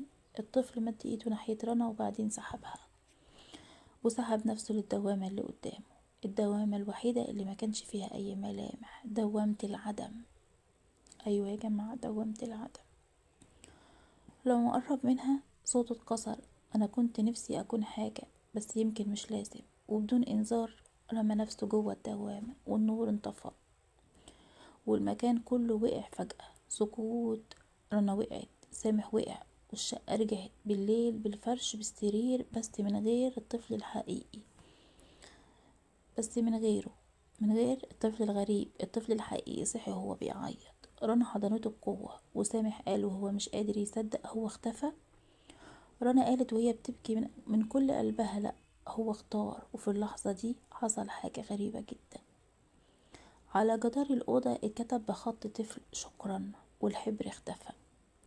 بعد ما الجدار كتب شكرا وبعد ما الحبر اختفى، رنا قعدت على الأرض وهي شايلة ابنها الحقيقي ونفسها بيرجع ببطء كأنها كانت محبوسة تحت المية. سامح قاعد جنبها مسك ايديها ومقالهاش ولا كلمة. الدنيا هديت، الهوا بقى طبيعي، الإزازة تتصلح، الساعة رجعت تمشي كأن اللي حصل ما حصلش. بس ده كان الهدوء اللي بيجي قبل الكارثة. رنا وقفت بالعافية، حست إنها فجأة جسمها تقل، مش تعب، حاجة شبه نقص. سألت سامح حاسس إن في حاجة ناقصة. سامح بص ليها باستغراب. ناقص ايه؟ احنا نجينا خلاص. رنا هزت راسها. لأ، في حاجة مش راجعة. وبينما هي بتتكلم سمعوا صوت طق جاي من جوه الصالة، زي حد بيمشي على الخشب بقدم صغيرة. سامح وقف بسرعة. انت سمعتي؟ رنا احتضنت ابنها. لأ سامح، مش معقول الولد اختفى. الصوت اتكرر أعلى وأوضح. طق طق طق. سامح بص ليها بنظرة مرعوبة. ده صوت طفل. رنا اتجمدت، كل نقطة دم في جسمها بردت. سامح خرج للصالة بالعافية ورنا وراها. النور كان ضلمة بسيطة مش ظلام كامل، لكن اللي شافوه كان أسود من أي ضلمة. كان في ظل صغير واقف عند آخر الطرقة، ظل طفل لكن من غير ملامح، بالظبط زي آخر دوامة الطفل الغريب، دوامة العدم. سامح حمس. استني، ده مجرد ظل الإضاءة. بس قبل ما يكمل الظل لف راسه عليهم. مش جسمه مش جسمه، راسه بس، والتفت ببطء زي اللي لسه بيتعلم يتحرك. رنا اتسمرت وعينيها اتفتحت على وسعها. ده مش ابننا، ولا هو طفل ولا ايه؟ الظل بدأ يكبر، مش بينضج، يكبر في الطول وفي العرض وكأنه بياخد مساحة مش من حقه. الصوت جاي من جوه الحيطة، صوت حد بيتنفس من تحت الأرض. وبعدين الظل قال بصوت مش صوت طفل ولا صوت إنسان: أنا ما روحتش. رنا صرخت. انت اخترت العدم. الظل اتقدم خطوة والحيطة اللي وراها اتشوهت. العدم ما كانش آخره. سامح مسك رنا وجرها ناحية الأوضة. اقفلي الباب، اقفليها بسرعة. الظل اتحرك أسرع وصوته اتغير. أنا اختفيت من زمانكم مش منكم. الباب اتقفل، بس قبل ما يتقفل تماما ايد سودا في الظل مسكت طرف الباب، صغيرة بس باردة وبتهز الخشب كله. رنا صرخت يا رب، والباب اتقفل عليهم بعنف. الصوت واقف. مفيش نفس. مفيش خطوات. الدنيا فضلت ساكتة لمدة دقيقة كاملة. سامح قال بصوت هادي وقوي: هو لسه هنا؟ رنا حضرت ابنها أكتر وعينيها دمعت. احنا اتحررناش منه، احنا حررناه. وبينما هي لسه بتقول الجملة، على ظهر الطفل الحقيقي ظهر خط صغير رفيع اسود، زي ظل صغير بيتنفس. الأوضة كانت ساكتة، ساكتة لدرجة إن دقات قلب رنا كانت بتتسمع في الهواء. سامح واقف عند الباب، يده على المقبض بتاع الباب، ماسكها بكل قوته بس مش قادر يفتحها. رنا قاعدة على الأرض شايلة ابنها وعينيها ثابتة على الخط الأسود اللي ظهر على ظهره. الخط ما كانش رسمة ولا كدمة ولا علامة، ده كان نبض. خط أسود بيتحرك بنفس طفل مش بتاع ابنها. رنا همست. سامح، ده مش ابني ولا جزء من ابني. سامح قرب منها وهو مرعوب. طب الجزء ده بتاع مين؟ قبل ما تكمل الخط فجأة نط بسيط كأنه بيحاول يهرب من الجلد. الطفل الحقيقي عيط، مش من وجع، من خوف، كأن جسمه حاسس ان في حد معاه جواه. سامح قال بصوت واطي: الظل خلى جزء منه يتحشر جوه ابننا. رنا دمعت. يعني ايه رجع؟ سامح هز راسه. رجع بس مش كامل، رجع ناقص. في اللحظة دي الحيطة اللي جنبهم طلعت منها طرق، كأن حد خبط عليها من جوه. سامح اتجمد. انت سمعتي ده؟ الخبطة اتكررت، بس المرة دي طلعت من الأرضية، وبعدها من السقف، وبعدها من الدولاب. طق طق طق، زي ما كان بيخبط قبل ما يختفي. رنا شهقت. ده بيدور على نفسه، على الجزء اللي ناقص منه. وفجأة الخط الأسود على ظهر الطفل مفضلش خط، اتفتح بالراحة وبهدوء زي فتحة عين، فتحة بيضة، بس مش عين بشرية، عين ظل. سامح ارتجف للخلف. يا ساتر، ده بيشوف بينا. العين الصغيرة بصت حواليها، قلبت ناحيتهم، بعدين بصوت منخفض قوي جاي من العلامة: رجعوني كامل. رنا وقفت وهي بتاخد ابنها في حضنها. مستحيل، مش هسيبك تاخد ابني. العين اتفتحت اكتر وظهر حوالين الخط شروخ صغيرة كأن الجلد نفسه بيقول انا مش ملكك. وفجأة سامح صرخ: رنا، الدوامة بترجع. الحيطة اتفتحت شق صغير، مش كبير زي الأول، شق قد عين طفل، ومن الشق طلع نفس مش إنسان، نفس مش إنساني، بارد تقيل، وصوته جه منهم: نقص، نص روح نص وجود، هكمل. العين على ظهر الطفل اتفتحت على آخرها، والطفل الحقيقي صرخ صرخة بتقطع القلب. رنا صرخت لأ، وجريت ناحية الشق وقفلت جسمها عليه. قبل ما الظل يتسلل تاني، الشق قفل فجأة بسرعة كأن الحيطة اترددت. النور الأزرق اختفى، الأوضة رجعت طبيعية، بس العين على ظهر الطفل اتقفلت بالراحة ورجعت خط زي نقطتين صغيرين، وبعدين اختفت. سامح اتنهد بارتياح. خلاص خلاص، الوجود اللي كان ناقص مكملوش. رنا دموعها نزلت وهي حاضنة. مش مهم حتى لو فضلت علامة، المهم ان هو رجع لي ابني، مش عليه. سامح قال ليها انتهى. رنا بصت حواليها وبعدين قالت بصوت واطي قوي: خلصت اللحظة مش القصة. سامح يعني ايه؟ رنا رفعت ابنها وبصت على ظهره. الجلد كان نضيف، لكن كان فيه لمعة صغيرة بتظهر ثم بتختفي كأن حد بيغمس. رنا قالت بصوت مسموع لأول مرة: العدم ما بيرجعش فاضي. قاطع كلامها صوت بعيد جاي من آخر الطرقة: طق طق طق. سامح قال بصوت بركاني: ده رجع. رنا ابتسمت ابتسامة مش تمام. مش هو اللي رجع، ابني لسه بيسمعه. وبكده محدش في الشقة رجع للنوم ولا للحياة الطبيعية، لأن العدم لما يسيب أثر بيفضل صاحب المكان. الطرقة كانت لسه بتقول طق طق، بس المرة دي رنا لاحظت حاجة غريبة جدا. لاحظت ان الصوت مش جاي من جوه الحيطة، الصوت جاي من ورا اذن ابنها. رنا شهقت وسامح مسك كتفها: استني استني يا رنا، ركزي. هي قربت ودنها من ابنها، والطفل كان هادي هادي بشكل يخوف، بس الصوت كان بيطلع من النقطة اللي كانت مكان العين اللي اختفت من 5 دقايق. الصوت بقى أوضح، الصوت نفس حد بيقرب وهمس: أنا مش بعيد. سامح اتسمر مكانه: يا رنا، ده مش صوت طفل ولا صوت ظل، ده صوت حد انت عارفاه. رنا اتجمدت، دمها نشف، لأن الصوت كان شبه صوت أبوها اللي مات من 6 سنين. أبوها اللي آخر كلمة قالها قبل ما يموت: ما تسيبش حد يخطف روحك يا رنا. رنا رفعت ابنها بسرعة: مستحيل، ده مش هو، ده بيلعب بأصواتنا. سامح هز راسه: العدم ما عندوش صوت، العدم بيقلد، يزور، يشكك. فجأة الحيطة اللي في آخر الطرقة اتنفست، أيوة، زي ما تكون جلد كائن مش حيطان اتنفست كده هوا، والنور اتخفض بعنف. رنا قالت بصوت عالي: سامح، احنا في دايرة، لسه الدوامة ما قفلتش. العدم بيدور على طريقة تانية يدخل بيها. سامح قرب ناحية الحيطة وبص بخوف: لو فتح تاني المرة دي مش هيرجع جزء، هياخد جزء. وبينما هما واقفين، ابنهم عمل حركة غريبة جدا: رفع صبعه للحيطة. مش حركة طفل، حركة حد عارف المكان. ورنا لاحظت ان صباعه الصغير بيهتز بنفس اللي, اللي هو ايه، حد بيضرب طق.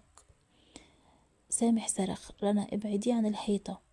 بس قبل ما تمد ايديها عليه، الحيطة اتشقت شق صغير، والشق ده ما كانش ازرق زي المرات اللي فاتت. الشق كان اسود فحم، اسود كأن جواه مفيش هوا، مفيش زمن، مفيش اي وجود. والنفس اللي طلع منه كان بارد لدرجة ان بخار طالع من بق رنا وسامح. ورنا صرخت: اقفل اقفل حالا. بس المرة دي العدم رد عليها. الصوت جه من جوه الشق، مش صوت طفل ولا صوت ظل ولا صوت ابوها، صوت 2 بيتكلموا في نفس اللحظة، واحد ببطء وواحد بسرعة. قالوا مع بعض: الناقص ينده للكامل. سامح اتراجع بخطوة: رنا، هما 2، ده معناه ان اللي دخل ابننا مش هو نفس اللي رجع من العدم. رنا حست جسمها بيتقل، يعني في كائن تاني. سامح هز راسه وهو بيبلع ريقه بصعوبة: في 2، واحد ناقص واحد كامل. قبل ما يكمل كلامه الشقة اتوسع فجأة زي عين بتتفتح على الآخر، وابنهم حاول يمد ايده ناحية الشقة. سامح جري عليها، بس الطفل بص على أبوه ببقمة كبيرة، مش عين طفل، عين شاف العدم ورجع منها، وقال بصوت مش صوته: سيبني، ده مش ليا، ده لينا. رنا صرخت صرخة هزت البيت، النور انطفأ، الحيطة اتقفلت، الولد وقع في حضنها مرتاح عادي كأنه ما قالش أي كلمة. رنا بصوت مخنوق: سامح، في كام كيان بيلعب حوالينا. سامح قرب منها وقال بصوت مكسور: أكتر من اللي نقدر نستحمله وأقل من اللي مستعدين ليه. وبينما هما بيتنفسوا بالعافية، ظهر على الأرض جنب رجل رنا ظل صغير جدا، شكل طفل، بس ما كانش ظل ابنها. الظل كان واقف وملامحه واضحة، وزي ما يكون بيحاول يقول: أنا اللي ناقص. هنا رنا كانت شايلة ابنها، لكن قلبها كان مشدود، مش عشانها، لأ، علشان الصورة اللي شافتها جوه الدوامة. بنت شبهها جدا، قافلة عينيها وجسمها واقف في الهوا من غير ما الزمن يلمسها. بنتك اللي لسه ما جاتش. الجملة دي لسه بتدور في ودنها، وفجأة في نص الأوضة الهوا اتهزت، مش صوت هزة وقت، هزة زمن. سامح قال بصوت منخفض: رنا، الهزة دي مش من العدم، دي هزة ولادة. رنا اتجمدت: ولادة؟ ولادنا عايش، مين اللي بيتولد؟ سامح بص ليها بنظرة مفزعة: اللي لسه ما اتولدتش. الهوا اتجمع لدرجة انه بقى زي بخار، وبعدين شاف شكل صغير بيتكون، شكل راس صغيرة، شعر طويل بس من غير تفاصيل. رنا شهقت: سامح، دي البنت. سامح قرب خطوة لكن وقف فجأة. رنا لاحظت ان رجل البنت مش لامسين الارض، كانت متعلقة زي ما تكون في بطن حد لكن بره الزمن. البنت حركت راسها ناحية رنا، ومن غير ما تفتح عينيها سمعوا صوت جاي منها: مكاني وخدوه. رنا قربت خطوة غصب عنها: مين خد مكانك؟ البنت رفعت صباعها الصغير وأشارت على ابن رنا. سامح مسك رنا بسرعة: استني، مش قصدها يا رنا. البنت قالت بصوت أوضح: مش هو اللي جواها. رنا اتفتتت لابنها بسرعة، التفتت لابنها بسرعة، وشافت النبضة السوداء اللي كانت اختفت رجعت تلمع. البنت حركت ايديها، وكل ما تحرك ايديها تتفتح خطوات زرقاء في الهواء زي شرائط زمن بتتقطع. سامح قال: هي بتحاول تخرج، بتحاول تولد، بس الزمن منعها. رنا بصوت مكسور: وليه حسنا دلوقتي؟ ليه حسنا دلوقتي؟ البنت قالت: المكان بيفضى، المكان بيفضى. قبل ما يفهموا معناها الأوضة كلها خفت نورها، السقف نزل منه ضباب غامق، والحيطان طلعت منها شروخ صغيرة بتتفتح وتتقفل زي الفم وهو بيتنفس. والبنت قالت: علشان ناقص يرجع كامل. سامح شهق: يا رنا، العدم بيقرب تاني. وفجأة شق صغير ظهر ورا البنت، شق كأن وسع وبيشفط الهوا حواليها، والبنت بدأت تتسحب لبره. رنا صرخت: لأ، ده مش مكانك. البنت مدت ايديها لرنا، مش علشان تاخدها، لأ، علشان تتعلق بيها. وأول ما رنا مسكت ايديها اتفتح مشهد كامل في دماغها. البنت دي كانت المفروض تتولد بعدها بسنة، كانت المفروض تبقى الوجود اللي يكمل البيت، لكن لما أمها عملت الصفقة زمان، مكان البنت اتشال من الزمن، اتمسح تماما وبقى مكانه فاضي. العدم بيحاول يميله بأي كيان تاني، أو بيحاول يملاه بأي حد. رنا صرخت: سامح، لو البنت اختفت العدم هياخد مكانها. سامح مد ايده، مسك ايد البنت هو كمان. التلاتة واقفين في خط واحد، والشق الأسود وراها بيشفط الزمن كله. البنت صرخت: رجعوا اللي جواها وانا اولد، رجعوا اللي جوا وانا اولد. رنا بصت لابنها، الجسم الصغير، النبضة السوداء، الكيان الناقص جوا جلده. سامح بص في عينيها: رنا، هي مش طالبة ابننا، هي طالبة الكيان اللي مستخبي جواه. رنا حطت ابنها على صدرها وبتبكي: لو خرج هيموت ابني. البنت قالت بصوت هادي، اكتر صوت وجع قلب رنا من ساعة القصة ما بدأت: لا، هو مش ملكه. وفجأة النبضة السوداء خرجت من ظهر ابنها زي دخان سائل واتكورت قدامهم، والكيان الناقص رجع واقف بيتنفس، وعينيه بتدور على جسم يسكنه. البنت فتحت ايديها وهمس الزمن دلوقتي تتولد، والكيان اتسحب ناحيتها واختفى جواها. رنا شهقت. سامح وقع على ركبه. البنت فتحت عينيها لأول مرة، وكانت عينيها مش زي البشر ولا زي العدم، كانت عينيها عين الزمن نفسه. وقالت أنا ابتديت، وبعدها اختفت وسابت وراها برد وسكوت وجرح صغير على الأرض زي خط ولادة اتقطع نصه. بعد ما البنت اختفت الأوضة بقت مفرغة، مش من الهوا، من الوجود، كأن حاجة كانت واقفة معاهم وراحت فجأة. سامح حاول يتنفس بس النفس كان تقيل لدرجة انه حس ان هو بيبلع مية. رنا كانت لسه شايلة ابنها، بس الطفل نايم بعمق، عمق غريب، عمق كأنه نايم بعد ولادة مش بعد خوف. سامح بص لرنا وقال هي راحت. رنا هزت راسها بصوت متقطع. لأ، هي ما راحتش، هي بس اتغيرت. وفجأة الحيطة اللي وراهم اتحركت بمعنى الكلمة، زي نفس، زي صدر بيرتفع ويهبط. سامح اتجمد. رنا، الحياة مش جاية من ابننا. رنا قربت للحيطة بخطوات بطيئة، مدت ايديها ولمستها. كانت دافية، دافية زي جلد بني آدم. وسمعت صوت مش واضح، مش مفهوم، بس قريب، قريب قوي، زي صوت طفل بيحاول يقول أول كلمة.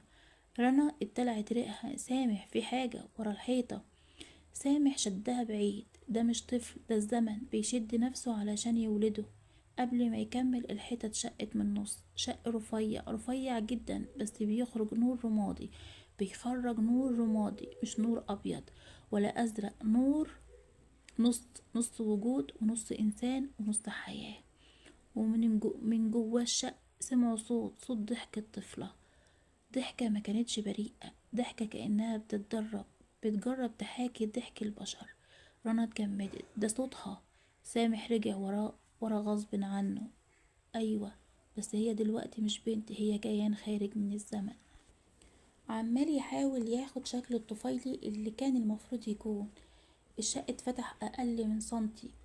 قلتلك مش فتح طبيعي، ده فتح ولادة. كان الحيطة بقت بطن الزمن، كأن الحيطة بقت بطن الزمن نفسه. جوه، ومن جوه ايد صغيرة طلعت، ايد مش كاملة، اصابع ناقصة، جلد مش متكون، لكن بتتحرك وبتلمس الهوا. رنا شهقت، عايزة تخرج بس مش قادرة. سامح قلب صوت بيموت من الرعب، لان الزمن مش مستحمل. يا رنا، لان الزمن مش مستحمل. الولادة دي مش بتاعتها. الايد رجعت تاني جوه، وبعدين خرجت اكتر، ومعاها وش صغير مش كامل، مش بشري، وش نص ملامحه ونص ضباب رمادي. البنت بصت لرنا من جوه الشقة بعيون نصها مفتوح ونصها لسه ما تكونش، وقالت ماما. رنا صرخت، صرخة طلعت من الحنجرة. مش انا مش امك. البنت حاولت تخرج بس جسمها ما كانش ثابت، كان بيهتز، بيتكسر، بيتجمع تاني. سامح مسك رنا وقال لو خرجت قبل ما تكتمل هتتكسر جواها اللحظة وهتولد العدم تاني. رنا قربت من الشق بحذر وقالت انتي مش لسه جاهزة. البنت قالت بصوت متقطع مكاني اتاخد، رجعوه. رنا بصت لابنها الطفل الحقيقي الوحيد، لكن سامح قال هي مش قصدها ابنك، هي قصدها الزمن اللي اتحرك غلط.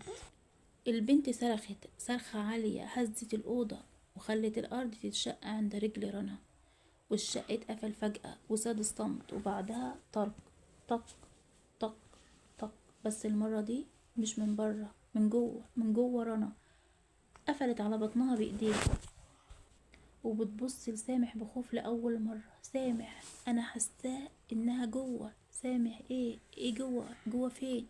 رنا بتهتز. فين؟ فيا يا سامح، جوايا أنا. البنت دخلت جوايا، جوا بطني. رنا فضلت واقفة مكانها مش قادرة تتحرك ولا تتنفس ولا حتى تفكر، بس كانت حاسة ان في حاجة جواها، مش جزء منها ولا جزء من طفلها ولا حتى جزء من الدنيا اللي تعرفها. حاجة بتتنفس. سامح قرب منها خطوة وخطوة، وشه كان أبيض وصوته كأنه بيترعش. رنا، قولي انت حاسة بإيه؟ رنا مردتش، حطت ايديها على بطنها وفوق ايديها جلدها بتتحرك، مش حركة بشر ولا نبض جنين، ده كان تهسس، حاجة بتهتز زي ما تكون جواها يد صغيرة بتخبط على جدار حياتها. خبطتين خفيفتين، طق طق، نفس الصوت اللي كان في الحيطة بس دلوقتي جوه لحمها. رنا شهقت غصب عنها. سامح هي بتحاول تخرج. سامح تراجع خطوة. ازاي؟ دي مش حمل طبيعي ولا ولادة، ده كيان اصلا ما اتخلقش في الزمن بتاعنا. رنا بصوت مخنوق هي بتحاول تكمل نفسها على حسابي انا. الأعراض اللي بدأت فورا في ثواني. جسم رنا اتغير قدام عين سامح. بطنها ما كبرتش لكن الجلد تمدد من جوه كأنه بيشد لجوه بدل ما يطلع لبره. في لمعة رمادي ظهرت تحت جلدها بتتحرك من اليمين للشمال زي نقطة حياة بتدور على مكان تثبت فيه. كل شوية صوت خافت يطلع من بطنها، ماما. بس الصوت مش بشري ولا صوت بنتها اللي كانت هتتولد، ده صوت كيان بيدور على شكل وعلى اسم وعلى بداية. سامح قرب منها من غير ما يلمسها وخوف في صوته. رنا لازم نخرج من البيت دلوقتي. قبل ما قاطع كلامه فجأة نبضة جديدة، بس مش من قلب رنا، ده نبض جاي من ورا بطنها، من وجود بيحاول يحفر طريق. النفس بتاع رنا انقطع. سامح انا مش لوحدي. سامح احنا نروح المستشفى، نروح لشيخ، حد يساعدنا. رنا ببطء هزت رأسها. لا، اللي جوه مش هيمشي معانا، هو ماسك المكان. وفي لحظة النور اتغير. الأوضة بقت لون رمادي خفيف زي الضباب، زي ما الزمن نفسه دخل يتفرج. سامح حاول يلمس ايد رنا لكن قبل ما يلمسها ايديها اتحركت لوحدها، ارتفعت في الهواء كأن حد شالها مش هي. ايديها اتقلبت على ظهرها وكتبت كلمة على الهواء مش بأصابعها، بحركة. خلق. خلق. سامح قال بصوت مبحوح. ده مش انتي صح؟ رنا دمعت وهي تهتز راسها. انا مش قادرة اتحرك ولا قادرة اتحكم في نفسي، هو اللي بيحرك ايدي وبيتحكم فيا. الكيان بيتواصل. وفجأة بطن رنا اتسحبت لجوه لحظة كأنها اتشفطت ورجعت تاني وطلع صوت واضح. صوت واضح من جوه، مش صوت طفل، صوت بنت لكن مش كاملة. أصل رجعوني أكمل. رنا بصراحة مرعوبة. هي بتدور على أصلها، على اللحظة اللي كانت المفروض تتولد فيها، اللحظة اللي الزمن خدها. سامح يعني هي مش بنت بشر؟ رنا نص بشر ونص زمن. سامح قرب منها بسرعة وبصوت بيحاول يثبتها. رنا انتي مش هتموتي صح؟ رنا سابت دموعها تنزل. لو خرج جوا اللحظة الغلط هتسحبنا معاها. سامح يعني ايه؟ رنا بصوت واطي مرعوب. يعني حاولت برا الزمن. الأرض تحت رجلينها اهتزت. تحت رجلين رنا بدأت تهتز. الدواليب اتفتحت لوحدها، الشباك اتقفل، النور بقى يودي ويرجع، والبطن بدأت تسخن وتتلوى من جوه بلون رمادي فضي. كأنه سائل زمن بيتجمع. سامح صرخ. رنا في حاجة بتشدك. ظهر أثر يد صغيرة تحت جلد بطنها بتدفع من جوه، بتخبط، بتحاول تخرج. رنا انهارت على ركبها. هتولد من غير ما تتكون. سامح مسكها بسرعة. طب نعمل ايه؟ رنا وهي بتتلوى. امسكني، لو سبتني هخرج من اللحظة دي. وفجأة شق صغير اتفتح في الهوا، مش في الحيطة، في الهوا قدامهم. شق بيشفط نور الغرفة وبيطلع صوت زفير كأن الزمن فتح بوابة الولادة. من جوه الشق امتدت ايد، نفس الايد اللي شافوها في الحيطة، بس المرة دي مستعدة أكتر تكوينا، أكتر شبه إنسان، أكتر رعبا. والإيد مدت على بطن رنا مش لتخرج، لتسحب. رنا صرخت صرخة ما شبتهاش قبل كده، ما صرختهاش قبل كده. سامح بتسحبني. سامح رمى نفسه عليها، شدها من كتفها بكل قوة، لكن الإيد اللي طالعة من الزمن كانت بتسحب 10 مرات أقوى. رنا كانت بتروح، عينيها كانت بتسيح، صوتها بقى مش صوتها، لحد ما الشق اتقفل فجأة زي باب انضرب بقوة، والإيد اتقطعت نصها واختفت قبل ما تكمل. ورنا وقعت على الأرض وبطنها سكنت. مفيش لمعة، مفيش صوت، مفيش كيان، بس نبضة واحدة خفيفة جاية من عمق بطنها. طق. رنا فتحت عينيها وبصوت واطي قوي قوي قالت البنت ما خرجتش بس ما اختفتش. سامح قرب منها. يعني ايه؟ رنا لمست بطنها بابتسامة باكية مرعوبة. يعني هي لسه جوايا بس دلوقتي كاملة. رنا نامت على الأرض دقيقة، أو ده اللي سامح افتكره، لكن الحقيقة هي ما نامتش، هي كانت بتتبدل. لما سامح حاول يساعدها تقوم حس ان جسمها أخف من الطبيعي، مش خفة وزن، خفة وجود. قال بخوف: رنا انت كويسة؟ رنا رفعت راسها وبصت ليه بنظرة ما فيهاش وجع ولا خوف ولا ألم، نظرة هادية زيادة عن اللزوم، وقالت بصوت مش صوتها الكامل: هي بقت جزء مني. سامح اتجمد. مين؟ البنت؟ رنا هزت راسها ببطء. البنت واللحظة. سامح ما فهمش ايه يعني ايه اللحظة. رنا لمست بطنها وفجأة جلدها لمع رمادي تاني، لمعة خفيفة زي لمعة قمر في الهوا. رنا قالت: هي خدت لحظة ولادتها ورجعتها لجسمي عشان تحصل هنا جوه اللحظة دي، مش في الزمن بتاعها. سامح يعني انت هتولدي؟ رنا بصت ليه بحدة. دي مش ولادة، الولادة اللي مش ولادة. الأوضة سكنت، الساعة وقفت، الهوا بقى تقيل. سامح حس ان ودنه بتصفر، وبعدين سمع الصوت: ماما. الصوت طالع من بطن رنا، لكن المرة دي كان كامل، صوت طفلة بس مش طفلة. رنا شهقت، هي بتتكلم؟ سامح قرب، لكن رنا رفعت ايديها فجأة ومنعته من غير ما تلمسه بقوة مش منها، وقالت بصوت اتغير: اوعى تلمسني. هي بدأت. سامح بدأت ايه؟ رنا اتنهدت والرمادي زاد على جلدها، اتحول. الأرض اهتزت، مش زلزال، ده الزمن نفسه اتشقلب للحظة، وبطن رنا اتسعت، مش لقدام ولا للخلف، لجوانبها، كأن الضوء اللي جواها بيحاول يفتح طريق. سامح صرخ: رنا، رنا. رنا قالت بالصوتين مش في نفس الوقت، صوتها وصوت بنتها: ما تلمسنيش. وبعدين ظهر شق رفيع على بطنها، مش جرح مش فتح، شق نور، شق قرر يفتح من نفسه، ومن جوه الشق ضوء رمادي بدأ يخرج، ضوء بيتمدد زي بخار وبيكون شكل. كان شكل طفلة، بس مش جسد، طيف، ظل بس كامل. طفلة واقفة قدام رنا وشبهها لكن رمادية، وعينيها سودا ملهاش بياض. سامح وقع على ركبه من الصدمة: دي بنتك؟ رنا وقفت وبصعوبة ضعيفة وبصوت ضعيف: دي النسخة اللي كانت هتتولد قبل ما الزمن يغيرها. الطفلة بصت على سامح ومشيت ناحيته خطوة، وكل خطوة الهوا حواليه بيتجمد. وصلت عنده ولمسته، ايديها عدت على جلدها، وبعدين ايديها عدت من جلده كأنه دخان. بس سامح حس ببرد، برد موت. الطفلة قالت: مش انت، مش مكاني، وبصت على رنا وابتسمت. رنا بدأت تقع، لكن الطفلة مسكتها مش بإيديها، بالضوء، ورجعت تدوب جواها، ترجع لجسدها، لكن مش كجنين، كطبقة وجود. سامح صرخ: رنا لأ. رنا اتلوت، والنور الرمادي اتخلط بجلدها، بدمها، بنبضها، لحد ما الطفلة اختفت تماما.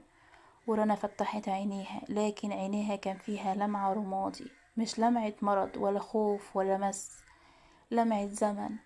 وقالت بصوت هادي وابتسامة غريبة: سامح، ما تقلقش. سامح بصوت مكسور: انتي بخير؟ رنا: انا بخير. والبنت اتولدت. سامح بكى: فينها؟ رنا حطت ايديها على قلبها: جوايا، مش كجنين، كزمن جديد، مش هتكبر ولا هتعيش ولا هتموت. سامح: طب انتي هتعيشي؟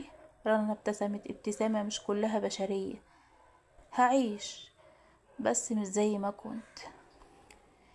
سامح ساعدها تقوم. رنا كانت ماشية بس خطواتها ملهمش صوت، ولما وصلوا لباب البيت رنا وقفت وبصت وراها للأوضة اللي كل حاجة بدأت فيها، وقالت: الزمن هيتعدل بس مش كله. سامح قصدك ايه؟ رنا بصوت هادي: في لحظة هترجع، اللحظة اللي الزمن سرقها وهتفتح تاني. سامح اتوتر: لو رجعت هيحصل ايه؟ رنا بصوت ليه بصت ليه بنص ابتسامة: الرمادي بيكبر في عينيها، وقتها البنت ممكن تخرج. وانطفى النور وسد الصمت، وبدأت عقارب الساعة تتحرك من جديد. وبعد ما النور رجع ورنا فتحت عينيها، ما كانتش نفس رنا، لا صوتها هي، ولا صورتها، ولا نبضها هو نبض بشر، لا صوتها هو صوت، ولا نبضها هو نبض بشر. هي قالت ان البنت اتولدت بس محدش شافها، محدش لمسها. كل اللي تعرف ان اللحظة اللي الزمن سرقها لسه بتدور على بابها، لسه بتدور على بابها. ولو في يوم سمعت خبطة خفيفة على الحيطة أو شباك، خبطة شبه طق طق، اوعي ترد، يمكن تكون هي. ولو في يوم سمعتي خبطة خفيفة على حيطة أو شباك، خبطة شبه طق طق، اوعي تردي أو ترد، يمكن تكون هي. يمكن تكون هي بتحاول تخرج من اللحظة اللي رنا حبستها فيها. واشوفكم في الحكاية الجاية لو الزمن سمح. بس ما تنسوش تعملوا اشتراك في القناة وتفعلوا الجرس ولايك حلو منكم وكومنت حلو علشان القناة تكبر بيكم. دمتم في امان الله ورعاية الله. سلام.